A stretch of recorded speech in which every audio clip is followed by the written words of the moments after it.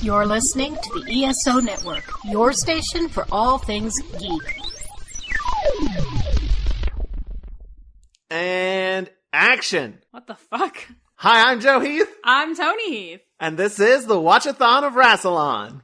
That is true. You say that every time, and every time it's true. What if it was a lie? What if just a completely different podcast started? We've done that bit already, and I played a little bit of Burn Notice theme. So you gotta come up with some fresh material. I think if it was like a lie, though. So last time I did it, I was like, it's not. It's a different podcast. It's a better podcast. I'm saying, what if it really was a lie for real? And then what would happen? It just stops. Just this is the end of the podcast. Yeah. I played a little in stinger. Yeah. It's just over. Wait. Okay. Wait, can we start again? I've got a better one. Okay. Yeah. Like from the top? Yeah. Okay. Well, cut. And action. Hi, I'm Joe Heath. I'm Toni Heath. And this is the Watch-A-Thon of Rassilon. It's time for Final Thoughts. Final Thoughts. Oh, boy. Play the theme song.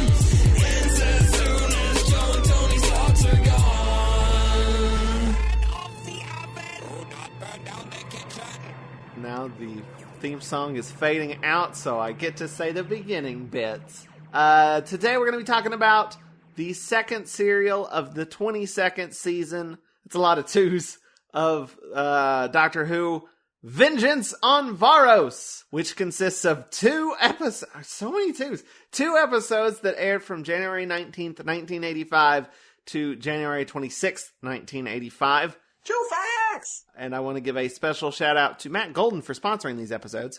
Hey, thanks, Matt.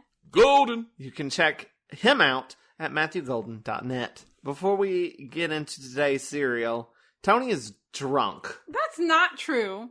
Toni is just wasted. You don't need to be slandering me. It's rude. Before we started recording, you made a post on Tumblr that said, uh-oh, I'm drunk and about to record a podcast. So on my private Tumblr, yeah.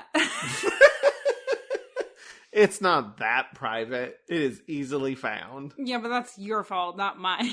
Yeah, because I promote you, because I love you, and I want people to see your works. My public Twitter. I can't do that on Tumblr. Sure you can. I cannot have a conversation with you on Tumblr through the medium of posting back and forth the way Tumblr works. This conversation is not important. Also, how many times do you post posts on Tumblr to try to get people to see it and acknowledge it and reblog it? Only when I've done a really good one and nobody's done it. This is not okay, important. But you also don't want people to see it? To find it? That's the most... I don't want it to be, associated with me. Ass backwards way... Shut up. ...to get noticed on Tumblr. The important thing is... You need to establish your brand. Asserted... That is what my Twitter is for. You asserted that I am drunk. I have had a single glass of champagne relatively quickly, but that's it. Okay, so you'll sober up by the time. It's fine. We only do this on, multi-doctor episodes, Toni. You're 2 serials early for this.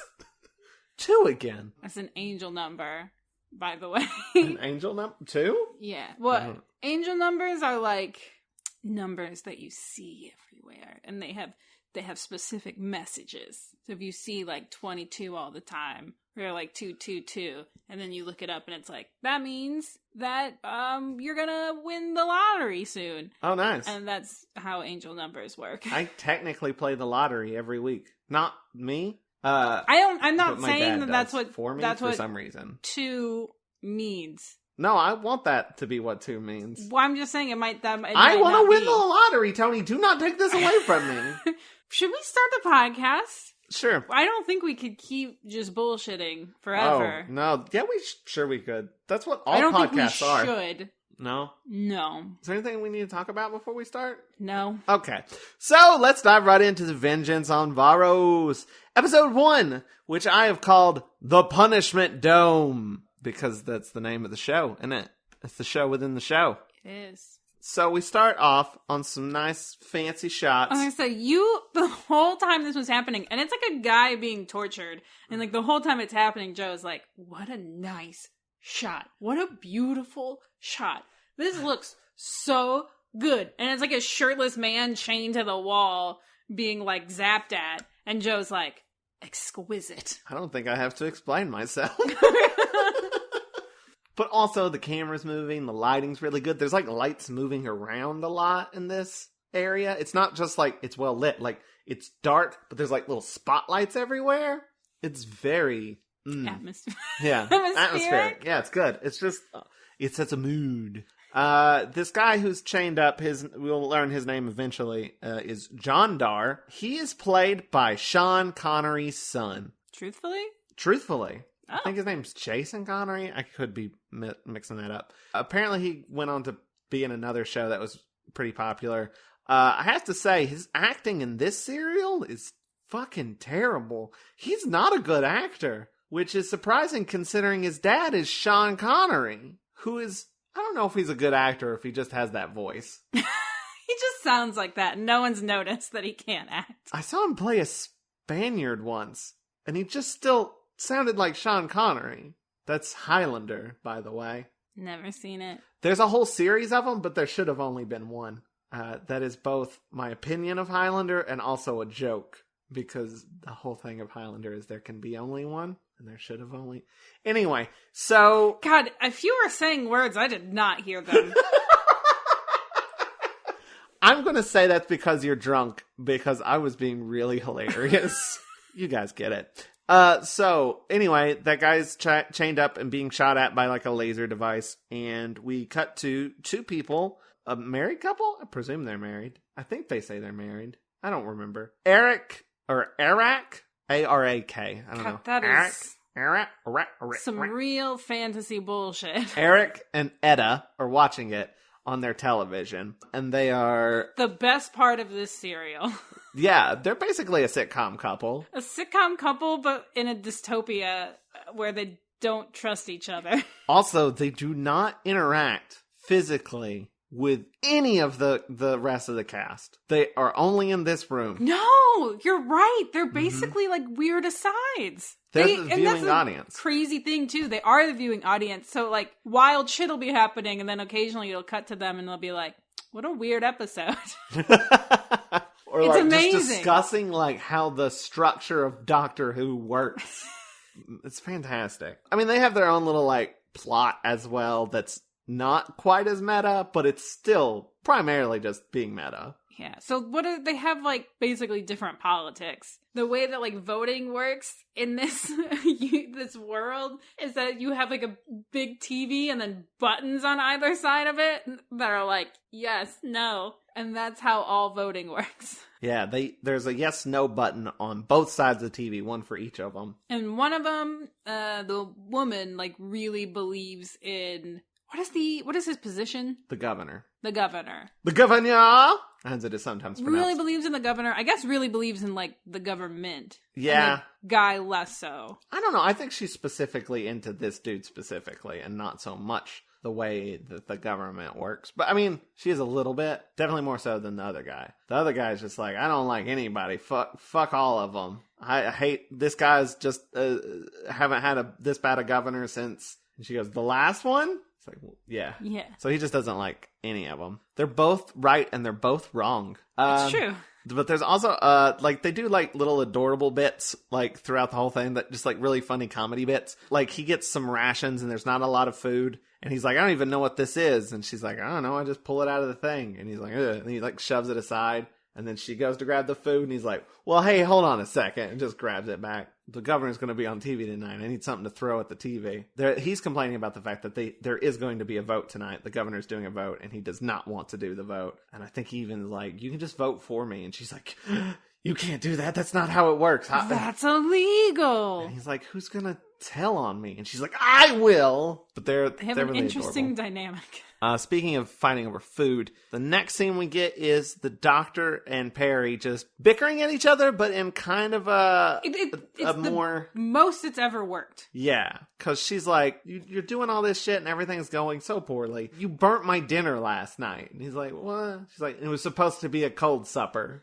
She's actually like smiling and laughing in this scene and not almost crying. It's almost fun. It's light teasing. It goes on a bit longer in the deleted scenes that are on the DVD, and then it gets uncomfortable. Really? Like, it just goes on so much, and like it gets more yelly and shouty. I'm glad they cut it. Are you ever like out with a couple who are like, oh, all couples like bicker, and that's part of being like a healthy couple, but then like they're just like too angry? What do you mean? No, but seriously. What do you mean? I can't even do the bit seriously. No. It's uncomfortable. And then they're just like, oh, that's what, you got to be able to like bicker to get along. And it's like, no, y'all need to have a serious talk. I will say, I think you should be able to banter. Yeah. Banter's good. Bickering is you need to be good. able to bicker a little bit, because you need to be able to be like, oh, I've just realized if I don't eat soon, we'll have a real fight. I think you also need to be good with a sword. Yeah, for sure. Fisticuffs, just various sort of physical arts. Is that what you call them? I don't know. Like, I don't want to just say martial arts. Like, you need to be trained in all of the disciplines. Right. In order to have a good, healthy relationship. Right. And that's not just like a relationship thing. That's just like a nice, well-rounded life. But the next scene we get is we see the governor arguing with a guy, the governor of this planet, which we'll learn is Varos, about the price of Zyton 7 ore, and the guy he's arguing with doesn't want to pay much for it. And you can't just gloss over the guy he's arguing with. Do you mean the governor? The governor's just this normal looking guy. I do not who mean wears the like governor. a coat, and he just seems like just your stereotypical sort of white guy. I don't know what you're talking about. I mean the slug dude. Oh, Sill. He's a little silly. What the fuck? Yeah, he's like up on this like pedestal thing. He's just this small slug guy, flippers and slimy, and he does this thing a lot where he goes la la la la la la la. Oh no, he does do that. He just waggles his tongue when he's excited. He's very gross. It's not great. When we were watching it for the live stream, every time he'd do it, I would just turn to Toni and do the same thing to gross him out. It was awful. I had a hard time, like, I couldn't figure out for a while if the guy playing Sill was like somebody standing inside of the pedestal thing with like into the costume. Yeah. But it's not, right? Because you can see through it. You can see through it. And I've looked it up. It's a little person in costume. He's got his legs in a little flipper thing. It's a good costume. And I'll say this also. That dude's having a lot of fun. He's like giving a performance. Yeah. It's great. Because I was looking him up on IMDb. He reprised this character in 2019 for like a fan thing or whatever. Like an unofficial Doctor Who thing. I think there's one of the companions is in it as well. I don't remember which one. But yeah, he's still his costume looks way better now than it did then. I mean, it's still pretty good. It's like very juicy though. Oh, you gotta love it though when like fan stuff has better production quality. Well, than yeah, the original stuff. It's also like what 20 something years later. Yeah. So, whoa, shit, 40, oh. Right? 80s. Yeah. I'm permanently stuck at the year 2000. I know. I think 80, 20 years later, 2000. That's today. I just hit 2000 and stopped. But he's also like carried around, like these two guys move his little pedestal around. He's basically on like one of those carts they used to bring TVs in when you were going to watch a movie instead of have class. That's what he's on. Except the cart is also full of like bubbling liquid for some reason. I think he's got to stay wet.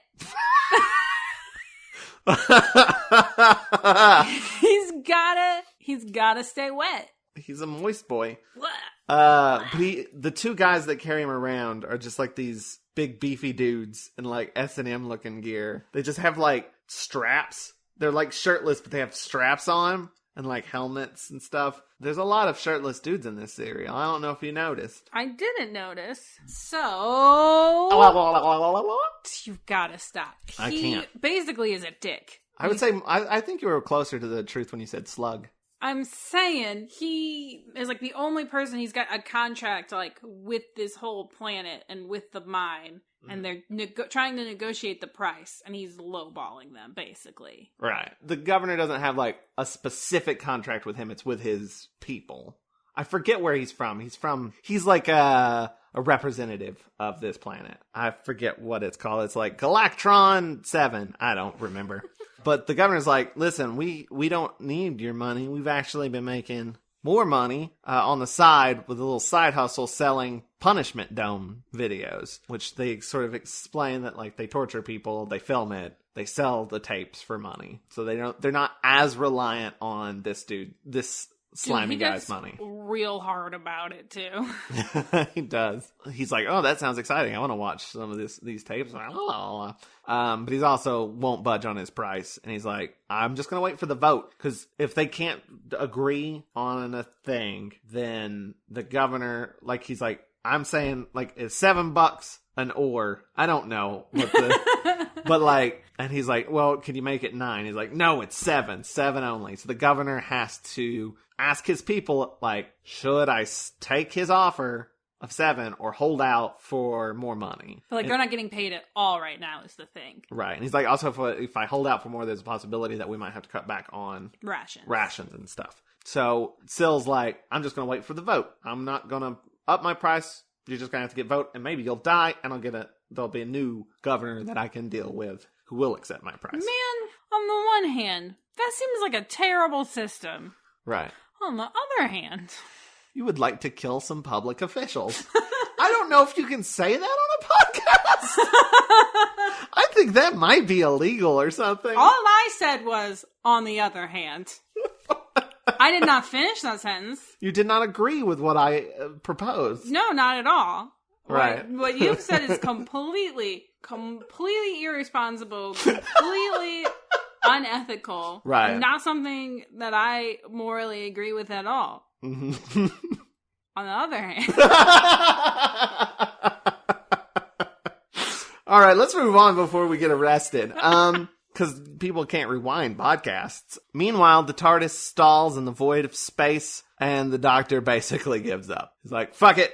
It's broke. I can't do shit. And he sits in a chair, and Perry's like, totally gives up. Not only does he totally give up, but Perry's like, is like 100% convinced that this is her life now. And he's like, oh, it's gonna be easy for you. You'll just die. I'll just sit here and regenerate over and over until I die. And it's going to be way worse for me. And then just sits there and pouts. And she's like, what the fuck? Honestly, this whole plot is a little much, but also feels like padding.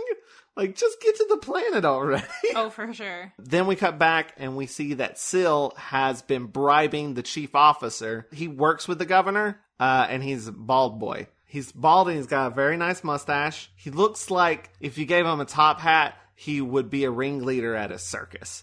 So basically, Sill has an in with the government of this planet. He hangs out with this dude a lot, and like, he's on Sill's side, basically. So then the governor goes live, and everyone votes. He loses. Yes. The woman votes yes, Etta votes yes, and Arak votes no.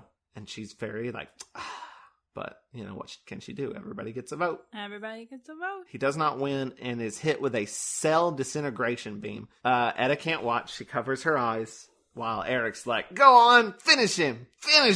But he doesn't die. He doesn't die. Apparently this is not the first time this has happened either. It's his 3rd loss in a row, which apparently is a record. Like, usually they die by now. Because it basically just fucks you up a little bit. Just this bombardment of things, and he's just tough, I guess. Sure. Sill is ready to continue negotiations, but the governor is tired because he just got bombarded a bit. And he's like, just give me a goddamn minute. But like, Sill wants to like do it right now because he has motivations to take over the planet. You know, He's a bad guy. Sometimes you just want to take over a whole planet. Yeah, why not? And he's also, not only that, but if he takes over the planet, he also takes over the ore. And if he takes over the ore, because he has, like, kept them in the dark about the fact that that shit's in demand. It's only on that planet. Yeah. It doesn't really occur anywhere else. And like, they don't know that. Yeah. And so he's been like, nobody wants this ore shit. Give it to me for cheap. But really, it's very expensive, and he's just an asshole. A slug. Meanwhile, Perry finds the TARDIS manual propping open a vent and says, here you go. Here's the TARDIS manual. Fix the TARDIS. And he was like, I read this once, and then chucks it to the floor.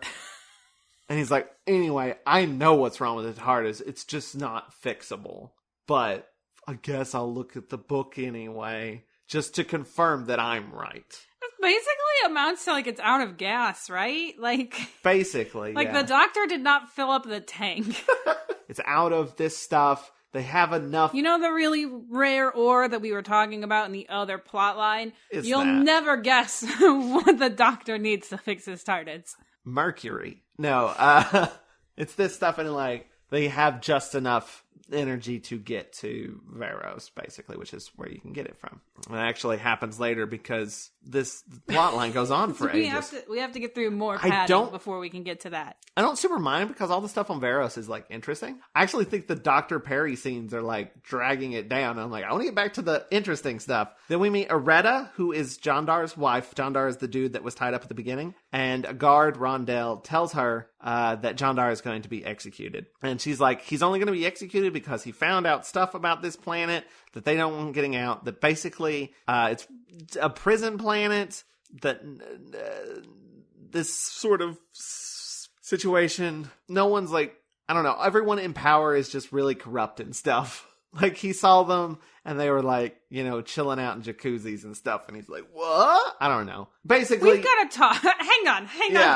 I don't know, it's very confusing. One, I've never seen you struggle to construct a sentence like you just did just now. Really? I am a terrible talker. I don't know why we do a podcast. Two, in your head. Yeah. Your idea of, like, political corruption. Yes. Is people hanging out in jacuzzis. Yeah. Well, here's what she literally says. I'm Googling it. Do you know what he found? What he saw? While the rest of us toil without hope, the officer elite enjoy power and luxury. Okay, so again... And then Rondell says, lies! And she says, Varos is what it always was, a prison planet, a colony for the criminally insane. The descendants of the original officers still rule, by fear, with the spectacle of death our only entertainment. That is what Jondar found, what he learnt. That is why they want to kill him. Okay. So you saw him hanging out in jacuzzis. So again, basically what you're telling me is your idea of luxury is hanging out in jacuzzis. Sounds pretty luxurious to me. I mean, it does sound nice. God, do you know what I would give to be in a jacuzzi, right? To be in a hot tub with a glass of champagne? That would be nice. Now imagine you saw your governor doing that. Hanging out in jacuzzis. I don't know. I feel like, I just read you the entire dialogue there. That seems like hella vague. Like, what the fuck did he see? I don't understand. Hanging out in jacuzzis. Oh, okay. He saw mad jacuzzi parties and was like, whoa. I gotta tell the people. This is a mess. So yeah, we talked about that they're working on the TARDIS.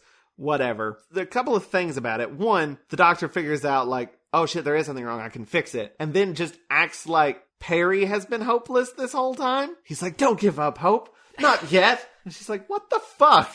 But also, she's reading off, like, stuff from the manual while he fixes it, and there's a bit where she says, blah, blah, like, I don't know, a bunch of letters and numbers, like, it's the defibrillator, AB76Z. Technical part of a defibrillator. And she's like, it's the LMX AB5Z. And he says, Z?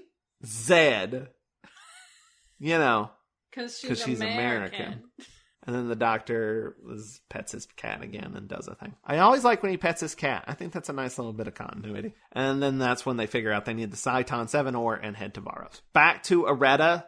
who is in a prison cell. I didn't say that earlier, but she's in a prison cell because, I don't know, she agrees with her husband that those people are in jacuzzis. And we meet another villain, this motherfucker in a mask named Quillam, which is just William with a Q. Quillam has real hardcore Jim Carrey vibes. I don't understand it. He seems like both Jim Carrey and the guy who plays Harold Lauder in The New Stand. Okay. I think it's partially just the greasy hair, but also just the way he moves his body. He just tells Aretta how he's going to torture her by concentrating her fear, and whatever her fear is will turn her into an animal based on that fear. Probably a reptile, he says. He's like, I don't know. We'll see. I don't understand this thing. It concentrates your fear and turns you into an animal. Right. Okay. And it's based on something on the planet that, like, when people were mining, they started growing claws. We never see a single person with claws. It's okay. bullshit. Just because you want to see someone with claws? This isn't terrible. I mean, it's not terribly well thought out, right? Yeah. It's not well developed. It's an idea that somebody was like, and then add this in here. It's just like a thing that's in here to be weird. Yeah. And that's it. My biggest issue with it, I mean, yeah, it doesn't really tie into anything. I mean, this whole place is a torture planet, so that checks out. But, like, the fact that that's, like, we don't see any results of that, unless that fucking fly we meet later used to be a dude. Also, and this is important, the one time that it is used, everybody looks cool as hell. Right? Like... Well, Aretta doesn't look great. That's true. Perry looks cool. Aretta looks goopy. What did she turn into? I don't remember. A reptile of some sort, but it, like, looked I bad. like that it's just like most people turn into reptiles. Like, that's just a thing that we know. Probably a reptile. Almost everybody turns into some kind of reptile. Why? Yeah. People want to be reptiles. Or they don't want to be reptiles. They don't want to be reptiles, right. I don't know. It's weird. And it's also not important. It's not at all. You could got rid of the whole thing and it wouldn't have affected the serial at all. But it's fine. It's weird. It's whatever. And then the chief officer comes to tell Jandar of his imminent execution. Tells him he's got 5 minutes. And he's like, I was supposed to, like, talk to the governor and, you know, have basically a trial. Have a trial. But he's like, too late. The chief officer starts to head out and checks to make sure that the guard on the laser thing has his anti-hallucination helmet turned on. And then the TARDIS materializes in the room and the guard starts shooting at it. The things bounce off, and so he thinks that his helmet's messed up and he's hallucinating. And he's like, can I please leave and get my helmet fixed? And they're like, wait till after the execution. Nope, you may not. So he heads back over to the thing, just assuming that the TARDIS isn't real. And then the Doctor and Perry come out, and in a moment that I think is truly adorable, they do like a comedy little pop their heads out thing. Also, is this the point where, like, they kind of do a bit and Perry's actually playing along? Yeah. Because, like, he pops out and goes, hello, and she pops out behind him and goes, hi! And it's, like, actually cute, and the guard, like, thinks that they're hallucinations. He's like, my helmet's all messed up. And they're like, no, we're here to fix the helmet. And she's like, yeah, that's what we're doing. We're here to fix your helmet. And then the Doctor fights him and shoves him into Jandar, who kicks him, and then the guard falls down and is vanquished. And then there's a hilarious bit where, they've knocked this guard down and Jandar's still chained up. And the Doctor goes, hi, nice to meet you, or whatever. And then holds out his hand to be shaken. And Jandar looks at him like, I'm chained. And all of this is broadcast on television. So everybody's watching. And Syl's like, is this supposed to be happening? And they're like, no, we'll just send more people down to figure out what's going on. And then also the governor just passes out because he's very tired. Man, do you know what? I love the idea of, like, a planet that has television that's, like, largely just murder porn. It's all just Saw. But, like, it slowly morphs more and more into, like, a sitcom. There's, like, this weird middle in between. Because, like, really what happens is, you know, like, the Doctor's running around and they're trying to figure out who he is and they're trying to catch him. And, like, occasionally they'll cut to that couple and they'll, like, have opinions. They'll be like, I like him. He's funny looking. Stuff like that. Or, you know. Yeah, they're watching Doctor Who. They're watching Doctor Who. But, like, I just imagine, like, this weird, like, a world like that develops this weird middle ground where it's like, oh, people like having, like, characters and they like them having an arc. And they also like when we murder prisoners. And so it's just, like, both at the same time. I mean, I think you've described how reality television started. While we were watching this. We were streaming it. We were streaming it, and Christine Cherry was watching the live stream. So Chris was watching us watch these people watching Doctor Who.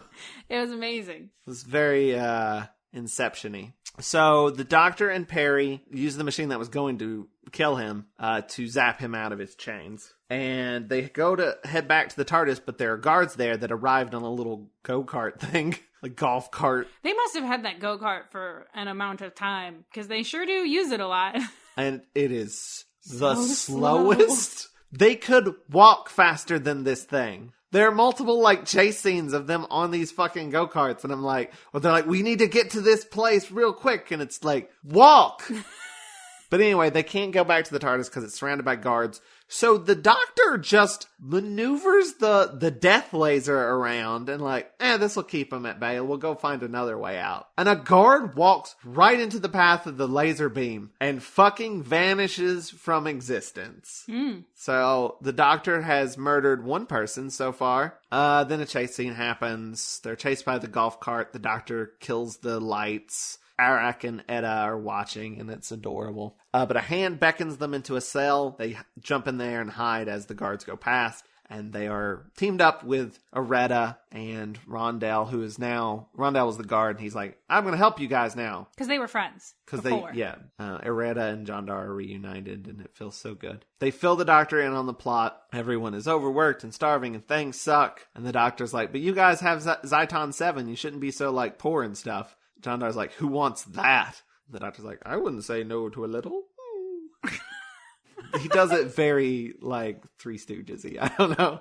Not Three Stooges-y. Laurel and Hardy. That's what I'm thinking. All right. So, but, like, Rondell's like, I'm going to help you guys escape because I'm a guard and I know my way around here. They leave and he immediately gets shot. Dies. Immediately. That's why I did not remember him. I was looking at the notes like, oh yeah, that guy. Doesn't last long. He has just a very brief, I will be heroic, and then dies. You know, there's a whole bunch of torture rooms, but there's presumably a freedom route that should lead to an exit. But the Doctor doesn't care. He just wants to get back to the TARDIS. And they're like, but that means going through the Purple Zone. The Purple Zone is an amazing name for, like, the most dangerous part of this torture planet. Because it sounds fine. Let's go to the Purple Zone. Well, the Purple Zone is fine. They walk into this room that is lit by purple light.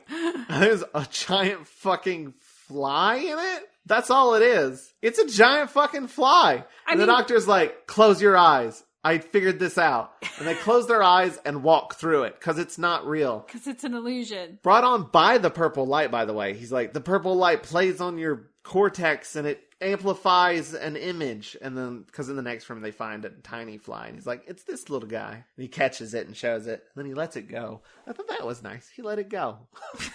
To torture other people. I mean, how freaked out would you be if you saw a giant fly? Good point. Like, you wouldn't love it. No, you're right. But they do get through it awfully easy. I mean, they do have to say, too, where it's like, some things are fake, but some things are real. Because if we just said everything in the Purple Zone is fake, it's really not scary, is it? Well, then, like, the next thing they see is these two giant green eyes pop up, and they're like, it would be just like them to put a real monster right after a fake one. And then it's just two lights. Which is very, local cryptid of them.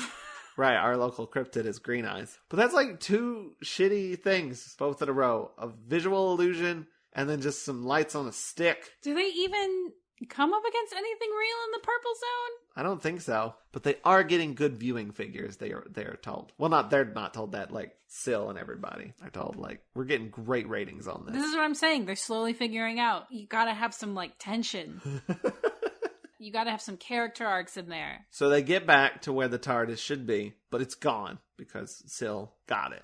Syl has it and is trying to open it because he wants inside of it, see what's up with it. So they're like, I don't know what to do now. I guess we just got to find that freedom route. Ugh. So they're all wandering down hallways, and the golf cart catches up to them, catches all of them but the doctor. The doctor gets away, and the guards come up to them, and one of them slaps Perry. Oh, yeah. That guard's semi-important. He has a scene in the second episode. I didn't realize it until I was making the Jeffs. I was like, oh, that's the same guy. So this guard comes back in a big way, but I don't even know his name. But the doctor has, like, got separated from them during this whole thing, and he walks through this little doorway, and then it shuts behind him, and he can't get out. It's just, like, wooden slats, too. And he turns around, and there's a big bright light on him, and he heads towards the light. Meanwhile, the governor gives an update saying that the doctor is in a no-option kill zone, so vote yes on killing him, please. And they do. Everyone votes yes, so he doesn't get bombarded again.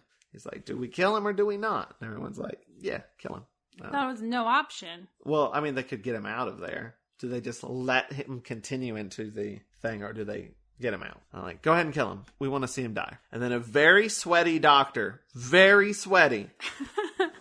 You thought Syl was sweaty and moist. This doctor is dripping. Ugh. Collapses in a mirage of sand, in which there's also a mirage of Perry offering some water and then taking it away. And then we cut to Iraq and Etta watching it. They're like, we have anything to drink?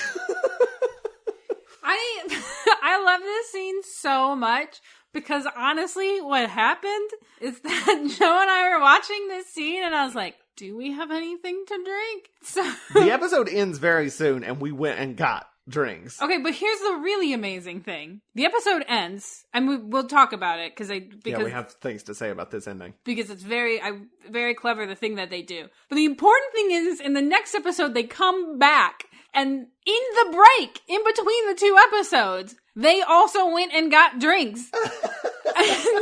And so literally, as we're watching, like, the scene happen of, like, them coming back with their, like, one of them went and got water and, like, passed it around, and I was like, we just did that. I've never felt so manipulated by a television program as I did in that moment.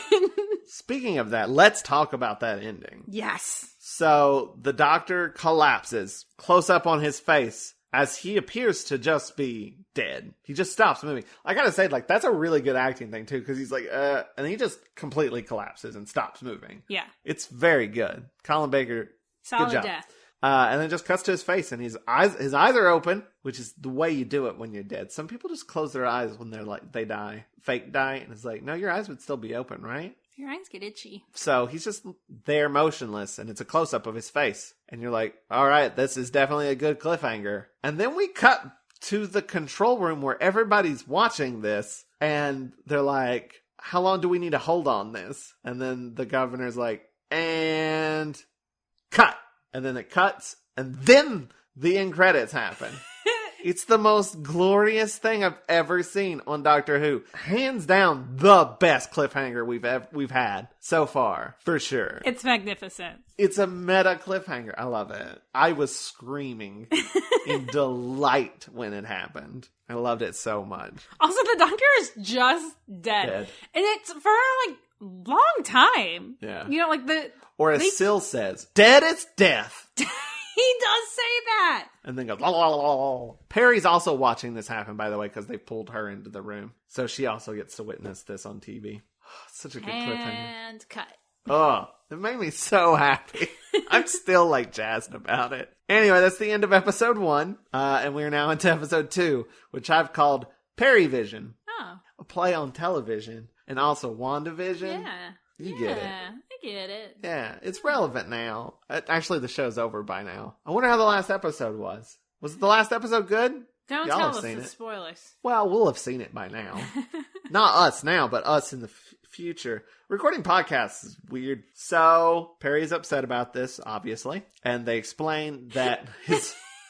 The explanation for why he died is the dumbest shit. His mind told him that he was very thirsty and dying of thirst, so his body agreed with his mind. And he died. Then Eric and Etta get some water and watch the doctor being taken to an acid bath. There's another body there that's in like a garbage bag looking thing, a body bag. And they throw that body in. This is amazing too, because there's another very meta moment where they cut back to that couple and he's like, they always do that so that you can see how acidic it is. They've got to throw in another body before they throw in this body to establish how it works. And like, that's it. That's the scene. It's great. She's just like, shut up. Also, there's a moment where like the doctor twitches to show that he's not dead. And then Ed is like, ooh, he moved. He's not dead. And then he's like, oh, they always do this. It's so, like, you have reactions, and then they have the reactions you're having. It's so good. It's delightful. The doctor gets up as the attendants, there's like 2 attendants. I don't know, they've thrown the body in, and they're not looking at the doctor, and he gets up, and he's like, I've had the most peculiar dream. And they're like, oh, fuck, that guy's awake! And, like, they jolt. And one of them, in this process of jolting, bumps the other one who falls into the acid. The one that didn't fall into the acid starts fighting with the doctor, like trying to grab him. And the doctor's got like this little gurney in between them and is like struggling with him. And then the burning alive, melting guy who fell into the acid bath rises from it and like is swimming towards the edge, grabs the other guy and pulls him in too. Did they get in trouble for this? They did. Okay. And a lot of people thought it was too violent and stuff. And also like it's specifically kind of a lot. Specifically how the doctor doesn't seem to give a shit because he quits just afterwards. He puts his coat on or whatever and leaves, and before he heads out he goes, "Forgive me if I don't join you," and then like leaves. But yeah, a lot of people were like pissed about it. I don't care. I think it's funny. It's very dark. Cold-hearted. But it's funny. I feel like the doctor's done worse stuff. Oh, that might be fair. He almost brained a dude with a rock one time. He's killed people before. He killed Chameleon. I don't know if you'll ever be over that. I won't. It's so fucked up. He killed a companion. Anyway, also, this scene gets twisted in people's heads a little bit, too. A lot of people, like, when they're complaining about this scene, will say the doctor pushed them in, and he doesn't. I mean, he's fighting them and stuff. Yeah, here's the thing about the scene, though. He is not responsible for their deaths. Would have pushed them in. Would he? He's definitely trying to at some point. And he's trying to just keep him away from himself. Is he? Yeah. It's not like he just set up a laser for a guard to walk into. He's definitely pushing him towards the acid. So I could see how you would remember that. Right. Because he's got like this big gurney and he's shoving it into the guy towards the acid. And then right after that happens, the second guy comes and pulls him down and you're kind of like, oh, thank God. Because I really thought I was about to watch the doctor push this guy into acid and that wouldn't have made me feel good. So like, I see how it happens. But he didn't do it though. But it almost seems incidental that he didn't do it. He would have. He didn't do it though. But he would have. He didn't do it though. And Batman didn't shoot those bad guys. He shot the things next to them that exploded.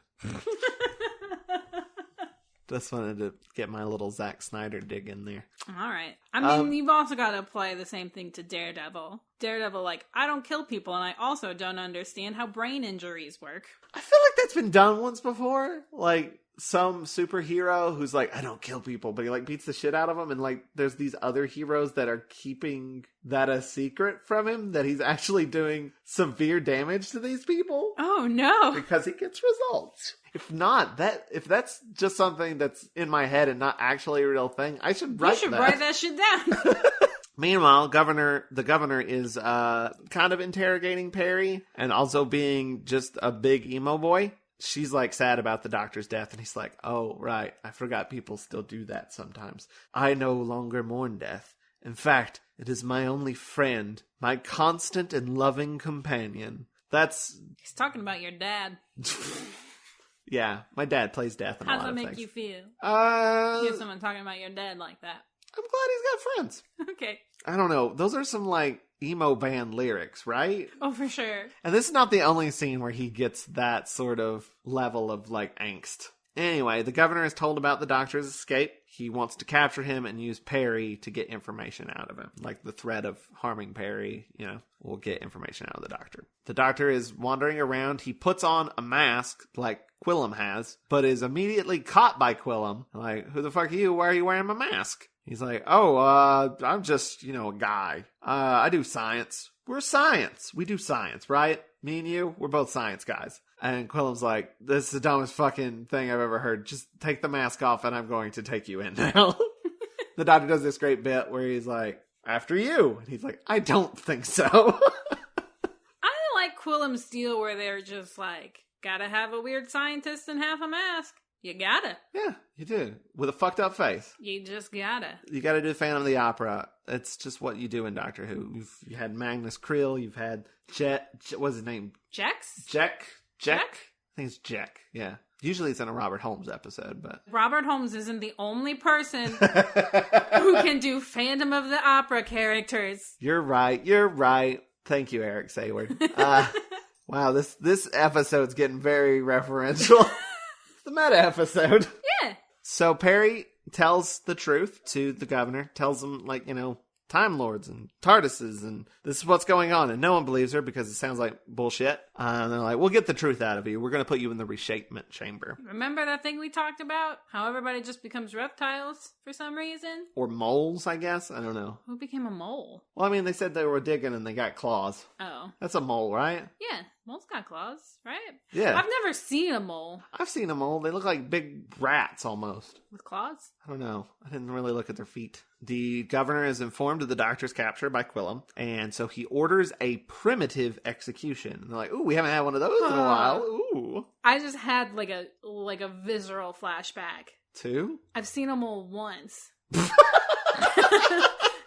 It was a mole baby. Oh. And it was inside my dog's food bin. Oh, was it like pink? Yeah. It was like dark, and I was filling up her bowl, and I just used the bowl as a scoop and scooped the food out, and in the food was the mole baby, and I saw it and I screamed and I chucked the bowl, and it was like a ceramic bowl. I broke it. And Mom was like, what?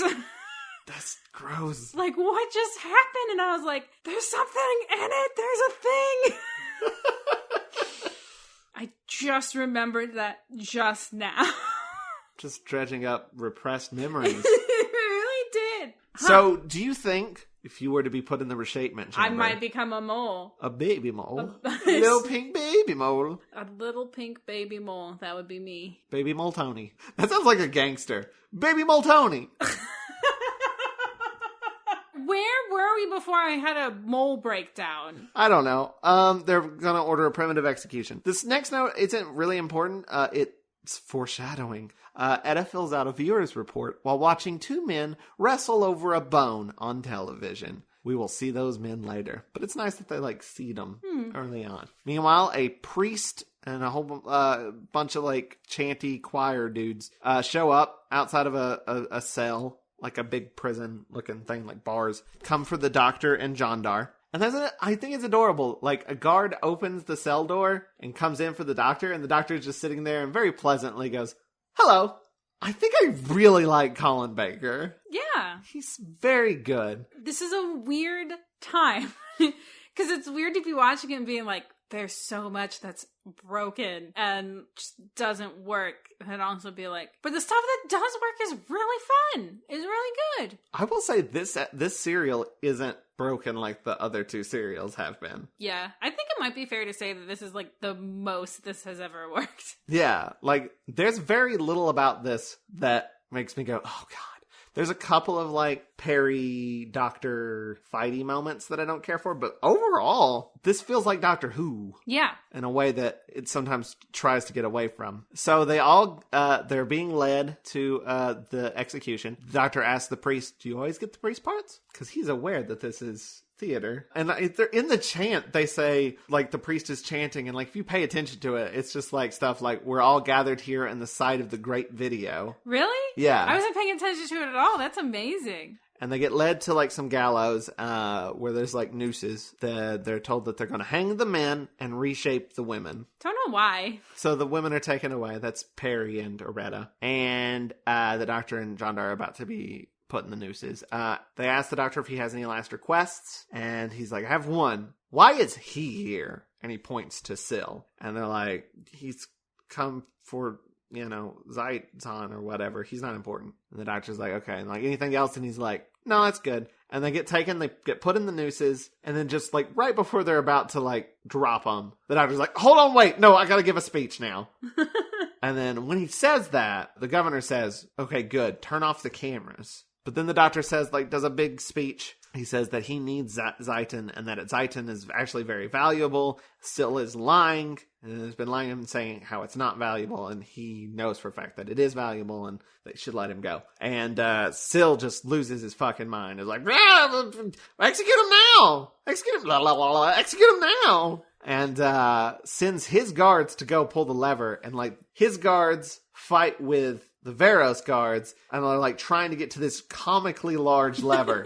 And it's just like kind of funny because it's just the doctor and Jandar are standing there. They can't do anything. And they're just with nooses around their necks watching these people fight over the lever, you know? Right. And like one of them breaks free and then like grabs it and then someone grabs them. And they're just standing there like watching it. There's a lot of watching in this serial. But after a brief struggle, the lever is pulled and they drop through the floor. But the ropes weren't attached, so they don't get hung. I read something that the set fell at one point. Oh, no. They were not in their nooses at that time, so it was fine. But also, the nooses wouldn't have been connected anyway, so that's doubly fine. But still. Frightening. The governor is like, oh, you figured out my rope trick. And he's like, yeah, you turned off the cameras. You wouldn't have an execution with the cameras off. So I knew it was a ploy just to get information out of me. But he's like, and the governor's like, I'm going to figure out what's going on and who's telling the truth. And the doctor's like, well, I won't reveal anything until you let Perry go. You got to show me that Perry's okay. But Perry and Aretta are already strapped into the machine. I know I already talked about how ridiculous this thing is and how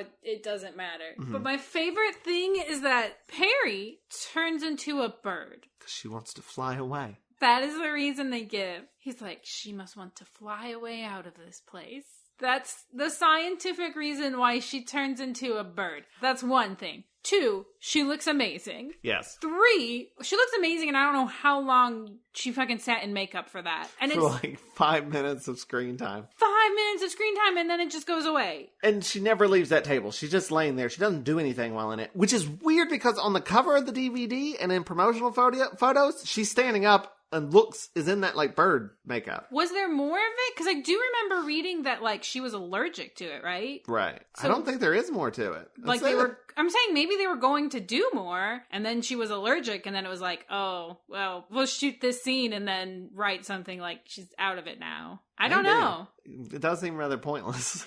While they're first starting to turn, Syl and the chief officer, the bald guy, are watching through like a window, watching it happen, and Syl is very creepy about it. Just like, the one that's turning into a reptile almost looks attractive. He's like, maybe I'll take them back to my place and they can be my pets.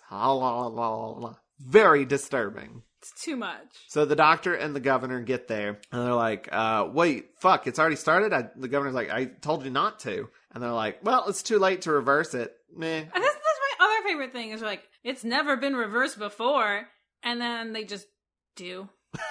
They go to Quillam and they're like, can you reverse it? And he's like, maybe, but I'm not. We never had it happen before, and I'm not going to, because science. We need to see what's gonna happen to these people. The doctor asks him, how long have you been, do you still experiment on yourself? And he's like, no. Also, how did you know that? And he's like, you're wearing a fucking mask. That's the only reason why anybody ever wears half a mask. And he rips his mask off, and his face is like got like big scars on it and like pink, purple, like wound looking things all over it. You know, reasons to wear a mask, I guess. It's fine.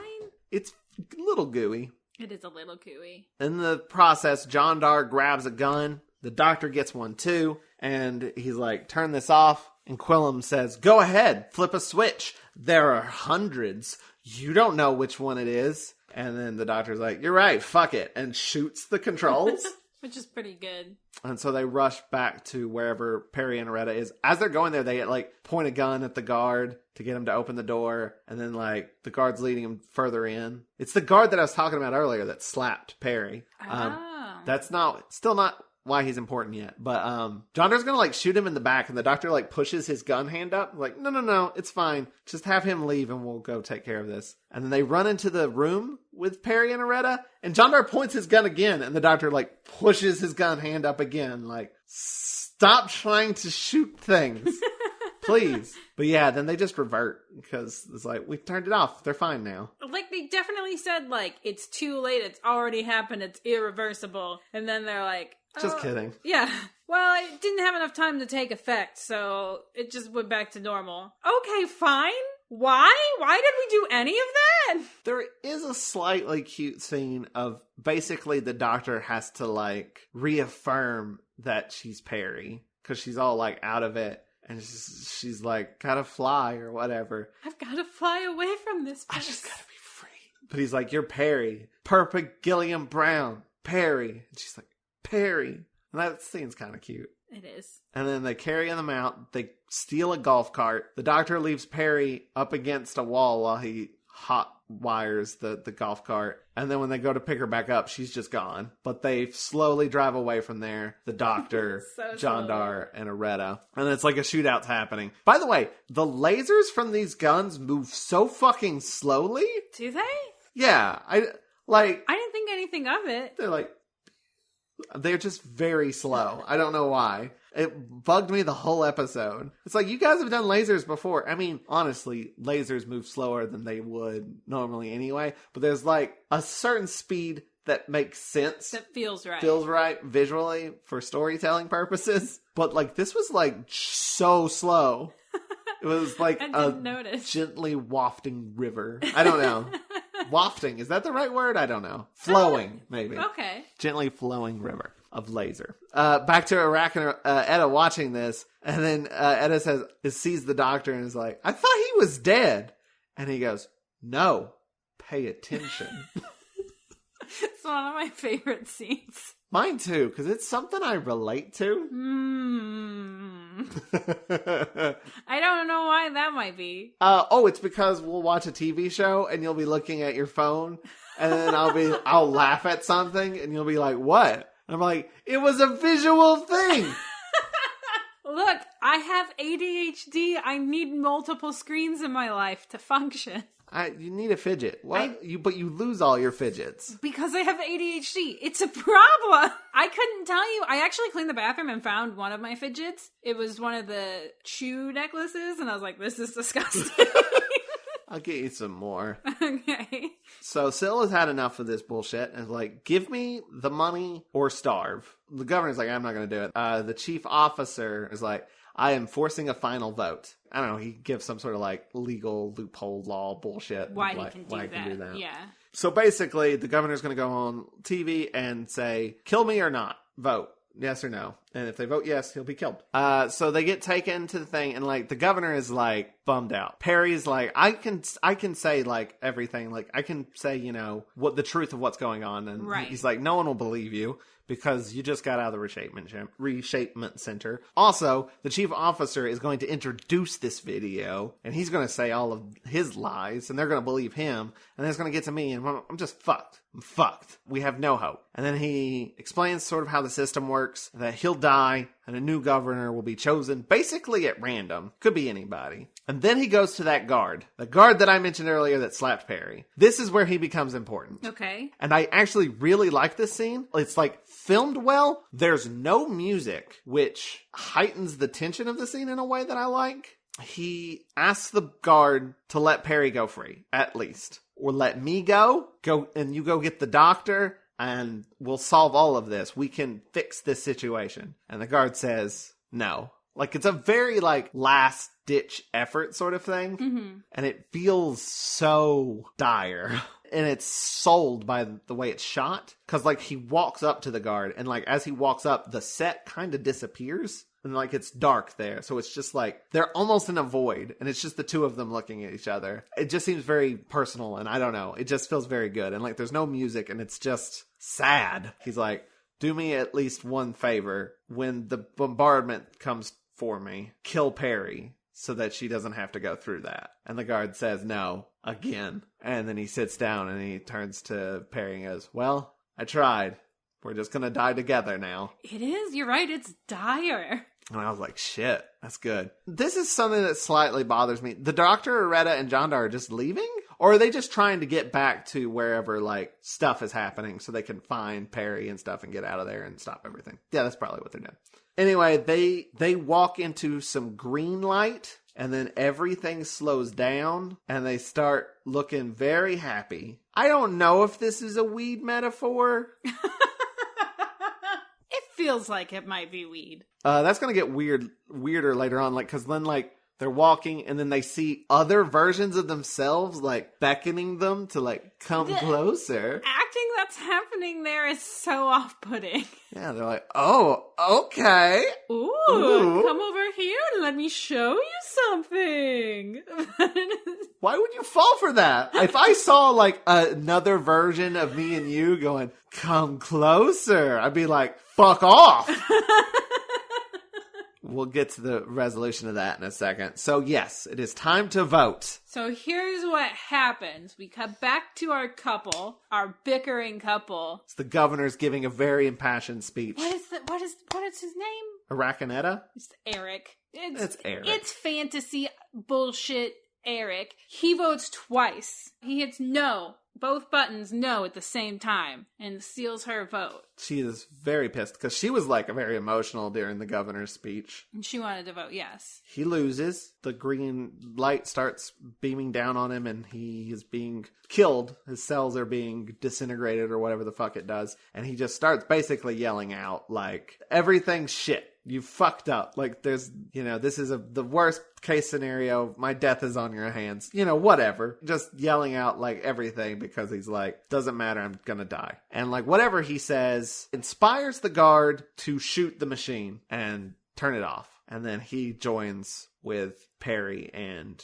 the governor and is like, what do I need to do to help? You're right. This situation is bad. Because also part of the thing he was saying to the guard when he was like trying to convince him earlier was like, I will die and they're going to choose a new governor, and it could be you. And they're going to treat you the same way they treated me. You will have to do this shit too. And even if they don't, he's saying that like a new governor usually like gets his own guard. He like executes all the old guards. And also they say like, you let them into the reshapement center. They're not going to look kindly on that either. Even if you say like, well, they forced me to. They're like, well, you should have resisted more. So whatever happens, you're fucked too. You're just as fucked as I am. But anyway, he decides to help them and they go to leave to find the doctor. Meanwhile, the doctor and them are walking towards their green duplicates and the doctor stops and goes, no! And he holds his hand out and the camera moves and it's very dramatic. And they use this image a lot promotionally.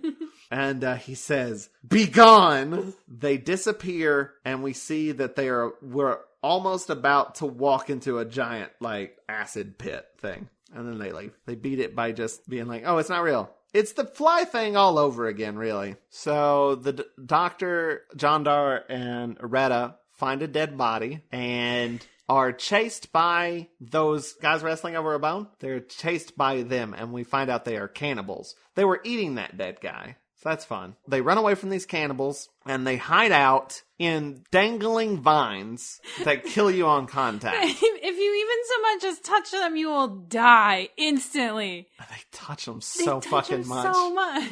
It kills one of the cannibals. Maybe both of them, I don't remember. They hide out in there. The doctor pulls some string out of his pocket and gives it to Jandar and says, can you rope some of these vines up without touching them? He's like, sure. Sure, it's extremely easy to not touch these.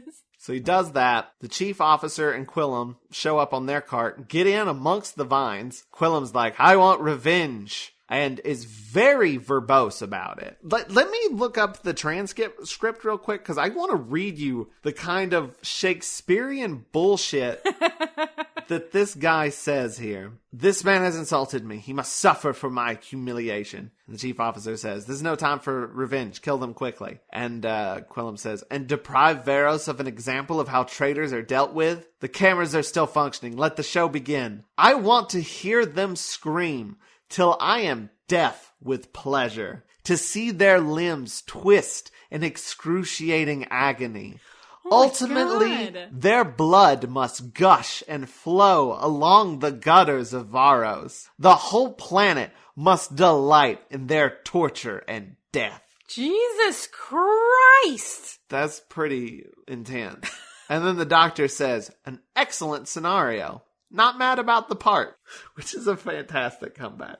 I love it. They cut the string and the vines swing down and kill everybody. Kills Quillem, kills the chief officer, kills a couple of guards hanging around. They're all taken out. So the doctor has killed... 4?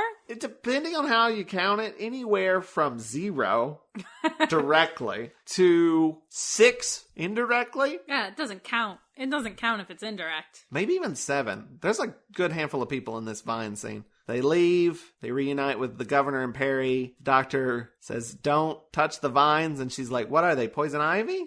He's like, kinda. There's so much worse than that. Meanwhile, Syl orders an invasion from his people and is very excited that they're coming to invade and he's going to take over the planet. And he's like, yeah, water me! Water me! Cassandra has to be a reference to this, right? Absolutely. From New Who, the flat-skinned lady. So his guards start spraying him down with a water bottle. Because he's got to be wet. Gotta look good for this invasion. And then he's like, gentle, gentle! Then everyone comes in and Syl says, hey, doesn't matter that you're here, I'm taking over. And then the governor walks over to the screens and he says, actually, we just got a thing saying the invasion's been canceled. And they say to accept any price because Zyton ore has been found somewhere else. It's apparently not just on this planet. So this whole solution... Wait, that doesn't make sense. Yeah, this solution comes the fuck out of nowhere. But I'm saying, if they found it somewhere else, why would they accept any price? They had a monopoly and now they don't. How does that fix it? Like, they could just go fuck off and get it from somewhere else, right? Well, I think it's because they're like, we don't need to invade this place. So just get what you can. They're like, we need it right now. So just get what you can. And it's not important that we invade this place anymore. Now that I'm thinking about it, it doesn't make any sense. They found another source of this very rare mineral. Report of Zyton 7 trace is found on asteroid biosculptor. Invasion of Varos canceled. New supplies of Zyton 7 required urgently. Start shipments immediately. Pay any price asked by Varosians. Okay. So it's like, it's not worth it to invade because we can go to this other place. But we need some now. But we need some now because you've been fucking around for too long. We can get them somewhere else, but we need some now. So just go ahead and accept whatever price they ask for because we need it now. I'll allow it. Sure. But anyway, Syl is very upset about this. And there's a joke here that I didn't catch, which is apparently an ad-lib by Colin Baker. And it's the worst fucking joke. Are you ready for this? I bet you didn't catch it either, Toni. Oh, what was it? So Syl screams, because he's like, how much? And the governor says 20 credits per unit when they were going to give 7. So he's like, 20, ah! And then the doctor like basically nudges Perry and goes, I think he needs more than water, Perry, eh? It's a... I wish you could see Toni's face right now. You're not even on camera. Ah! Perrier? It's a Perrier joke. I hate that. It's a pun, you see, a play on words. I did not catch it, but it is definitely what he says. I'm glad I missed it. If I had to hear that live with my own ears, this podcast would be over. Well, when he does say, I think he needs more than water, Perrier, she's like cyanide. Kill this motherfucker. He almost turned me into a bird.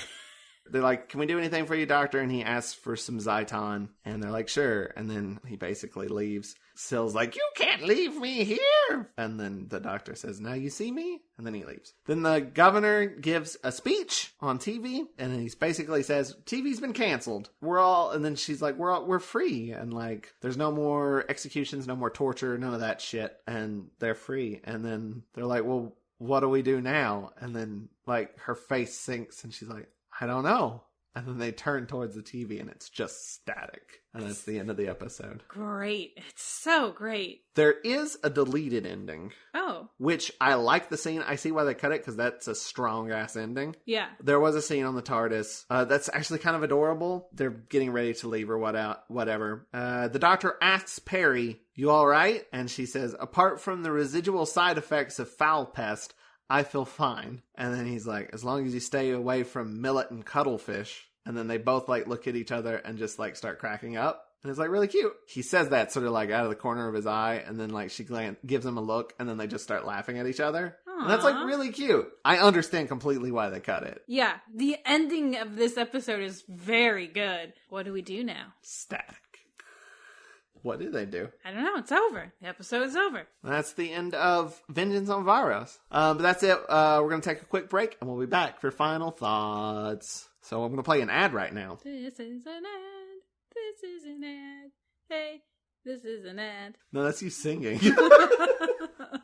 I'm lifelong ensign Charles Kelso. I'm Federation Envoy Keith Johnson. I'm Ferengi Counselor Veronica Dashel. And I'm Andorian Mess Hall Cook R. Alan Seiler. And we're the crew of Earth Station Trek. Join us for Episode reviews, Discussions of themes and characters, And all the news from across the Trekverse. Our logs cover the full gamut of Star Trek. from the groundbreaking original series. to the future of the franchise on Paramount Plus. With lots of stops in between. Join our crew aboard Earth Station Trek for your regular podcast escape into the Trekverse. Go bold or go home! And now the ad is over. And then, Tony, do you know what time it is? Yeah, it is the Watch-A-Thon of Rassilon. That's true. What? Oh, God, you're going back to the beginning bit. It really is. Watch-A-Thon of Rassilon. I don't know the lyrics to our own theme song. I've never heard that song. I've not listened to it in a while. I just drop it in and go. Yeah, I have not heard it in a very long time. One day we'll do live shows and everybody will be singing it, and we'll be like, what the fuck? What? There are words to it? That happens occasionally. Occasionally when we have Vince on, they will play us a live one, and I'm like, oh, our theme song is nice. Yeah, it's very good. Anyway, it's time for final thoughts. Final thoughts.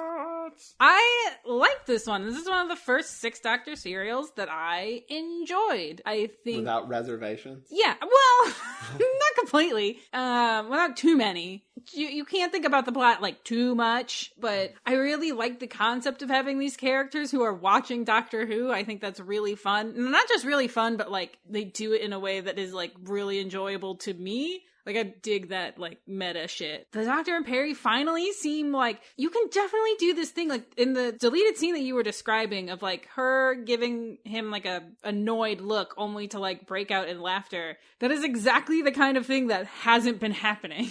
And so their dynamic was a lot better in this serial. The characters are weird. You have people in the serial giving 110% in a performance, in a weird performance, and that's always going to be good. There's a lot of good stuff in this one. It was, so far, one of my favorite Six Doctor serials. Out of the three. Out of the three. I agree. There's a few things I don't super care for. There's maybe a couple too many characters. There's way too many villains. I don't and some of them are not as interesting as others. They maybe could have been combined a little bit. There's something that happens to me too, after I watch something, or even as I'm watching it, where I'm kind of editing things. If I had just sat down without the notes and told you the story of this episode, I would not have had, I can't even think of his name, but the Phantom of the Opera guy. Quillam. I would not have told you about Quillam at all. Despite the fact that he has some decent scenes. Yeah. That evil speech I delivered. But I don't think I would, that information would just be gone from my brain in the context of this story. I might have remembered Quillam. I would have forgotten about the chief officer. Oh, the yeah. bald guy who's helping out Syl. He's nothing. You got Syl. You got, even the governor a little bit. It's not the greatest guy to begin with. Okay, there's even another character I forgot about entirely. There's this one guy who when the governor's I don't know what to do, and he's what you should do is you should execute Jandar and make a big show of it, set up the little laser thing to explode, and you don't know when it's gonna explode, and that'll be tension, and it'll sell really well, and that'll get people back on your side, so the next time you do a vote, they'll be more likely to vote for you. That's a whole scene I forgot to talk about entirely, and that guy is kind of a character for that scene and then never scene, again, and then he just kind of disappears. I only remember him because he looks a lot like a guy you work with, but it's too many characters. You could have given that to Quillam. Mm-hmm. Actually, probably would have made more sense to be Quillam. But yeah, just tighten some stuff up here and there. There's it's even too many good guys. You have that guard Rondell who turns to good and then dies immediately. So, like, that's not great. The Doctor and Perry at the beginning of the serial is a little long and padded out and doesn't feel like it feels like it's just filling time. And the resolution seems a little sloppy with Syl and the invasion. But everything else is so much fun and so good, I don't mind. Like, I love Arachneta. I love that plot line so much. I love the meta stuff. The Doctor and Perry are finally, like, clicking a little bit. Perry didn't, like, straight up annoy me this serial. There's, like, some really good scenes. Syl is great. I love Syl so much. And I like that one scene where the governor's basically pleading for his life. I like the governor a lot, too. He's sort of morally gray and then gets better. I don't know. He's an interesting character. So there's a lot of good stuff. And it's fun, and it has, by far, the best Doctor Who cliffhanger the show has ever done. By far. Love it. Love that episode 1 cliffhanger. So yeah, I'm excited. I was worried that maybe this whole era of Doctor Who would suck, but it doesn't. There's some good stuff. So before we go, is there anything we need to plug? Honestly, no. Yeah, your season wrapped, right? Yeah. It's not streaming yet, and it'll be streaming soon. If not already, we don't know. Like, it's the future. Maybe it's streaming, but we don't know yet. At this point in time in recording, it's not streaming yet. Season 1 is on WatchHeartlandTV.com. Season 1 is streaming on WatchHeartlandTV.com. Season 2 and Season 1 both are, like, currently airing in syndication. I think the syndication schedule bumped back around. The way that the syndication schedule works is that it plays, like, some new and then some old, and then I don't know. I just make them. I don't do the syndication schedule, but that is currently airing in syndication, and so it might be airing over the air on a station near you. It airs Fridays at 8, and you can watch on WatchHeartlandTV.com. There's a live stream. There's a live stream, and you can watch it there. And so you can watch season 2 that way, or you can watch season 1 on demand. I've been writing articles for thedip.com. That's DIPP, 2 Ps. I've written 3 articles so far. Maybe I've written more by now. Again, it's so weird doing these things in the past. I've got 2 Doctor Who articles that you guys should check out. The first one is Doctor Who Dicks. I rank all of the props that look like dicks in Doctor Who. It's called The Fallacy of Doctor Who. I wrote another article about Doctor Who called Doctor Who Should Totally Rip Off Farscape, in which I pitch an idea for a season of Doctor Who based on stuff that happened in the newest season. I basically pitch an entire series of Doctor Who, an 8-episode series. And it's amazing. Thank you. I also wrote a Star Wars article called Star Wars Younglings that basically says that The Mandalorian is setting up a spinoff of basically Muppet Babies, but it's Star Wars Babies. So check that out as well. My dad did art for that one. It's I may have written more by now. I don't know. I'm writing articles for The Dip, so check that out. One more thing. Please fucking follow me on Twitter. I'm like really close to having 100 followers. Here's what happened. I had a Twitter that I had had for like a really long time. And then it occurred to me that I should have a Twitter that's like my actual full name that because people like ask for your Twitter and I'm always like, when you apply to places, and I'm always like, no, you can't have that. But I have one now. It's like, I guess like my public Twitter. But so fancy. Because I did that, I don't have any followers on it. So please follow me at Forward Power as FWDPWR. I'm like just under 100. If you can give me to 100 followers on Twitter, I'd appreciate it. I'm very funny. What face are you making? Face for the patrons. I agree. You are on Twitter. So. I retweet your dip articles, so. Oh, yeah, you're very funny when you do that. I love you. Watch The Unseen World. Also, you know what? If you could just go ahead and unfollow Joe while you're at it. My Twitter handle is @RaysGreat. My Twitter handle is @Chris Cereza. @Ben Padden. I have a lot of Twitter handles. You can just unfollow all of them. Anyway. I think that would break Christy. Don't unfollow those people. If you liked this episode of the podcast, though, you can check out more on WatchYourRassilon.com. And if you'd like to help us out, you can leave a review on iTunes. You can also become a Patreon patron at patreon.com/watchathon. Or you can sponsor an episode by purchasing a DVD or Blu-ray from our Amazon wish list, which you can find at watchyourassilon.com/support. We'll mention you on the podcast and put your name on our Friends of Rassilon page. Speaking of, special thanks again to Matt Golden for sponsoring this episode. Hey, thanks, Matt. Golden! You can unfollow him on Twitter. You can check him out at MatthewGolden.net. I also want to give a special shout out to Vincent E.L. for providing us with that theme song that we don't listen to anymore. Hey, thanks, Vince. You can check out more of their music at soundcloud.com/VincentEL or VincentEL.bandcamp.com. Tune in next time when we talk about The Mark of the Ronnie. I also want to say, after Mark of the Ronnie, we're going to be doing the second Doctor animations that have come out, Fury from the Deep and the Faceless ones. Not necessarily in that order.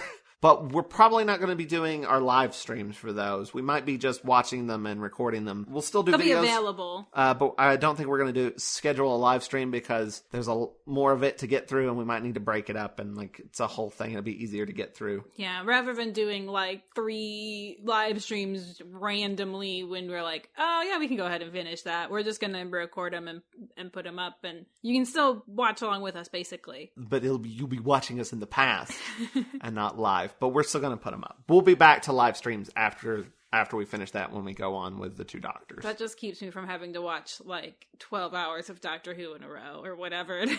Yeah. I don't know if it's 12 hours, but it's a lot. It feels like it sometimes. It's going to definitely at least take us 2, maybe 3 nights to get through. So there might even be a slight delay in the podcast. I don't know. But we want to cover that as a way to lead up to the 2 Doctors. Because I've been wanting to watch those animations anyway, and it seems appropriate to do it right before we get back to having the second Doctor on the I was going to say new show. This show came out in the fucking 80s. But you know what I'm saying. Anyway, we'll be back next time with Mark of the Ronnie. Until then, keep calm and wrestle on. Goodbye, and I love you in a platonic parasocial way. And cut. And cut it now. This has been a broadcast of the ESO Network. Be part of the crew and help support our shows by donating to our ESO Patreon or by shopping for the TeePublic store, which can all be found at www.esonetwork.com. The ESO Network, your station for all things geek.